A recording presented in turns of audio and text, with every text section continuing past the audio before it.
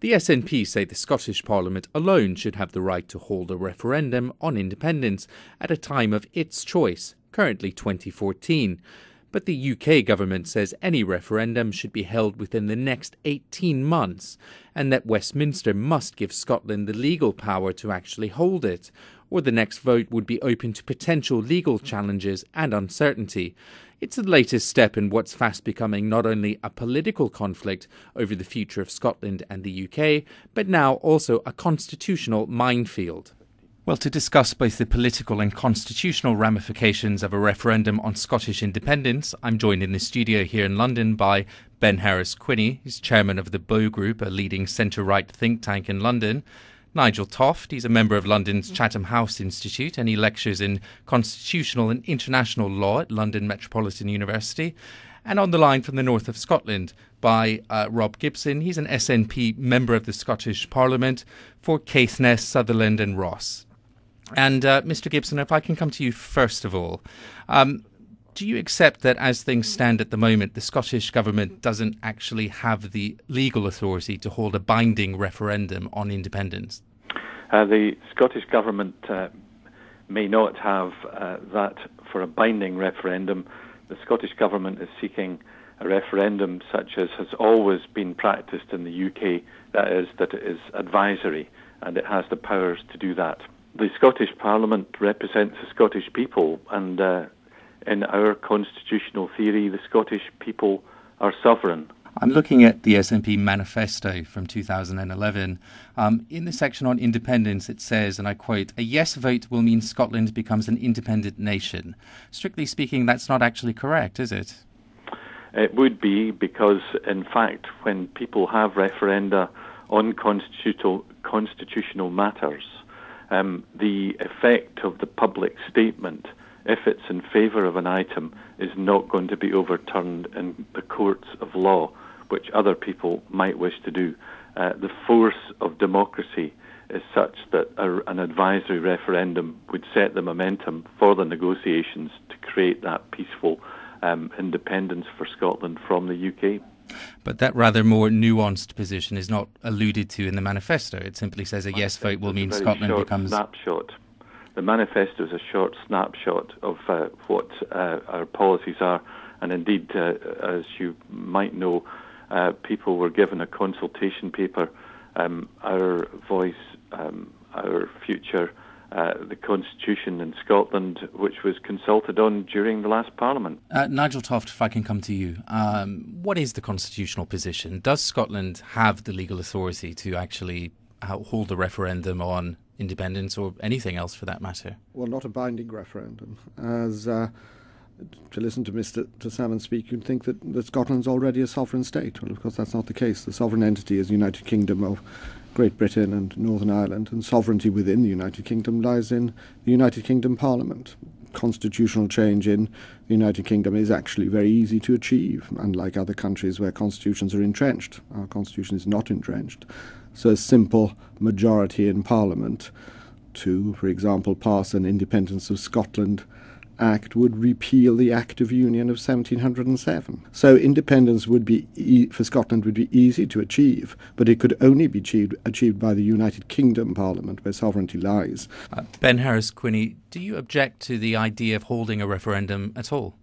No, I don't object to the idea, and I think Nick Clegg spoke today on the issue quite directly, and spoke for the coalition government in saying that, you know, we are supportive as a British government, as a UK government, of the right of the Scottish people to determine their own fate, their own destiny. However, I think there's a very strong argument to say that that would be the wrong route and solution for the United Kingdom as a whole,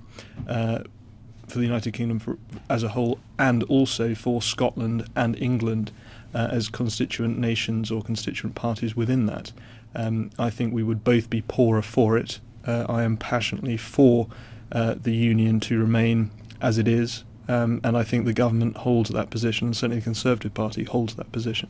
But to listen to the government speak, the Prime Minister, David Cameron in particular, it does seem to be that Westminster is trying to decide the terms, the timing and so on of a referendum. Alex Salmond has said he wants to hold the referendum in 2014. Shouldn't he be able to hold it at a time of his choice? He heads a government in Scotland that people voted for. I think if you want to talk about manipulating the timetable, the first person to talk about is Alex Salmond, indeed, because that's very much been his motivation from the outset, and much of the drive of his government, the drive of his legislature, is about this referendum vote. And of course, there are many other issues going on, both in Scotland and in the world, that need focus also. And he is focusing a considerable amount of time and effort purely on the issue of Scottish independence. So I think very much he's doing that more so than the UK government are. And that's not true. Well, you may say it's not true, but... well, I'm in the Parliament and we're dealing with matters that are other than independence day and daily. No, of course, the Parliament is dealing with that matter, but if you look at the name of the party to which you belong, it is clearly your lead issue, and the lead issue in your manifesto, Scottish independence.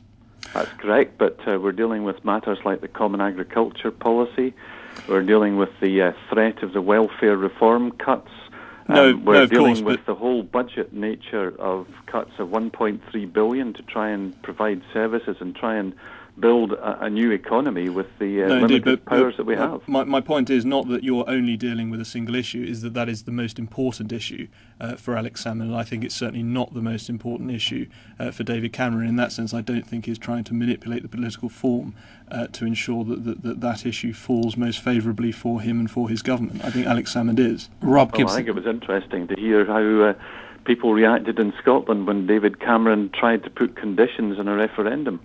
Let me ask you, Rob Gibson, do you think... by over 450 in the last 4 days. Rob Gibson, let me ask you directly, do you think there is an attempt by the Westminster government to directly control the terms of the referendum? Of course there is. The way in which the Westminster government has behaved from time immemorial is to retain as much power in London as possible. Devolution, as defined by Enoch Powell, was about power devolved as power retained. And we basically in Scotland have got to a stage in the process of devolution that we want to have a vote about having full powers.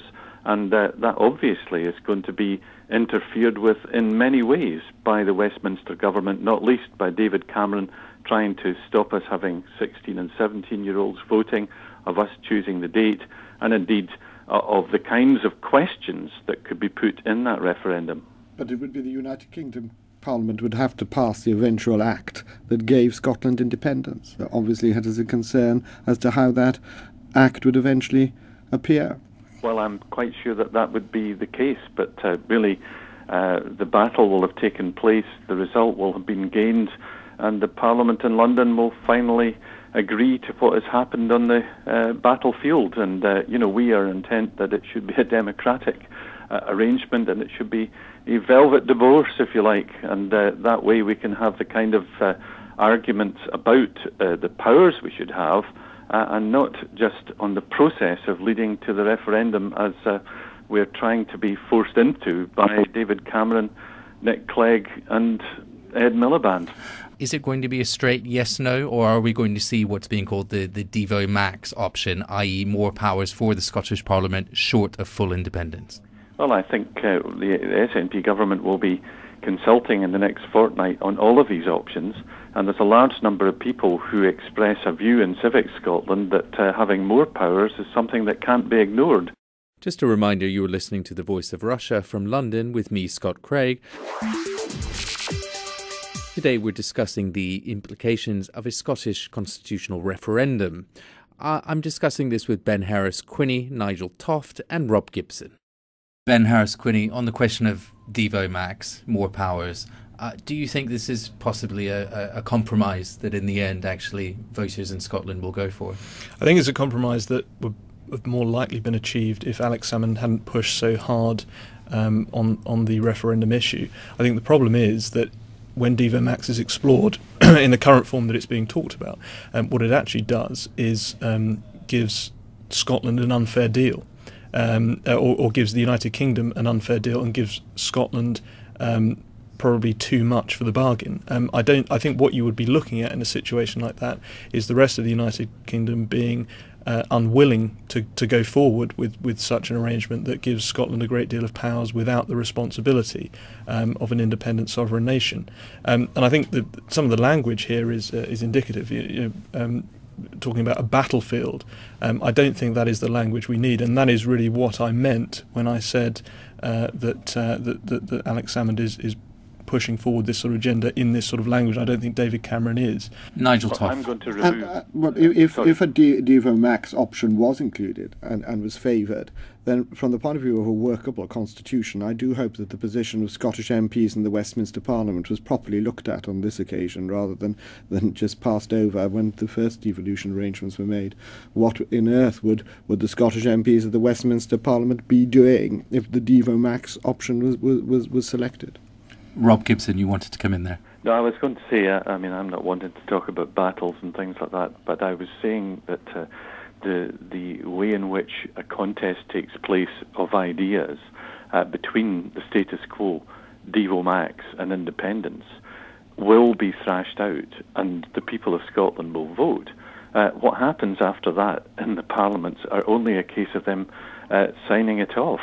The fact is that if people decide to go that way, then it's an unstoppable approach. And to talk about it not being an appropriate time to do, we are at the threshold of major energy developments in the north here, all over, which have European context.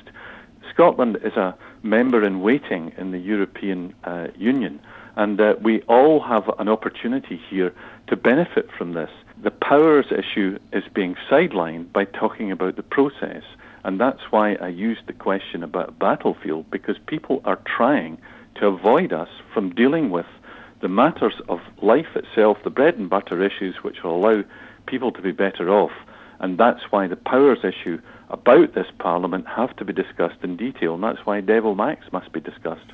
Ben Harris-Quinney, do you actually agree with that, in the sense that it's really time to get the procedural aspects of this question sorted so that the political questions can actually be definitively settled? What this debate has done is created further uncertainty about the future of the United Kingdom at a time when the European Union and the Eurozone is in its most fragile states. Now, I mean, you can talk about energy security, you can talk about the option for renewables off the Scottish coast, but that is too much of a finite part of a far wider UK economy.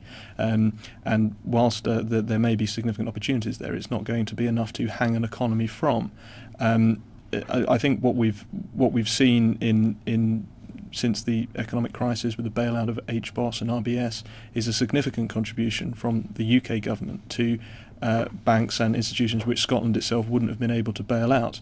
And I think if we continue to have economic uncertainty in the future, Scotland will find itself in a very difficult position if it was an independent nation. We're very nearly out of time, but my last question, Rob Gibson, is just looking at the numbers. I think support for outright separation is running, depending on which poll you look at, but the latest social attitude survey put it at 32%. It did, however, put support for Devo Max at around 68%. Just briefly, if you could, how confident are you that you're actually going to be able to turn the 32% number around and actually gain enough support for outright independence? I think when people start to see what you can do with an independent government as the debate develops, that they'll feel more confident in so doing, and as our economy slowly recovers, they will also feel confidence that we could do even better than we are at the present time, because there's a lot of inward investment into Scotland just now, and growing confidence that Scotland as a nation can make its way in the world, and that as a friend of our neighbours in the south, that we will be a much more useful partner in these islands and beyond. And that's why I believe that we need the time to have the debate, and indeed that people will vote for independence as a result. There, I'm afraid we must leave it. We're out of time. But my thanks today to my guests, Ben Harris-Quinney, Nigel Toft and Rob Gibson. And stay with us on